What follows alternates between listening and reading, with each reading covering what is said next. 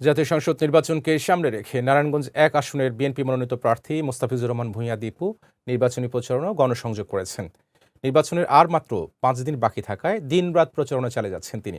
শুক্রবার বেলা ১১টায় রূপগঞ্জ উপজেলার আধুরিয়া এলাকায় ২ নম্বর ওয়ার্ডে এক নির্বাচনী সভা অনুষ্ঠিত হয়। স্থানীয় বিএনপি নেতা গোলজার হোসেন ভূঁইয়ার সভাপতিত্বে সভায় প্রধান অতিথি ছিলেন মোস্তাফিজুর রহমান ভূঁইয়া দীপু।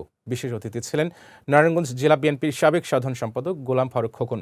সভায় মোস্তাফিজুর রহমান ভূঁইয়া দীপু বলেন, এমপি নির্বাচিত হলে রূপগঞ্জকে একটি স্বপ্নের রূপগঞ্জ হিসেবে গড়ে তোলা হবে।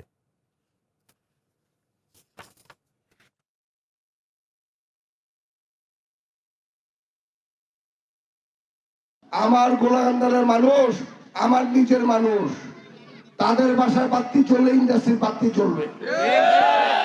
তার প্রতিটি ঘরে ঘরে ইনশাল্লাহ চাকরির ব্যবস্থা করব। এখানে কোনো পানি বন্দি কেউ থাকবে না, আপনাদেরকে কেউ জায়গা দখল করতে পারবে না। আপনাদের 3 বেলার জায়গায় 2 বেলা খেয়ে গ্যাসের টাকা জমা দিয়েছিলেন না, এই গ্যাসের লাইনটাকে তারা অবৈধ বলেছে। ইনশাল্লাহ এই লাইনটাকে আমরা বিএনপি পরিবার নিয়ে আমরা বৈধতা দেওয়ার চেষ্টা করব।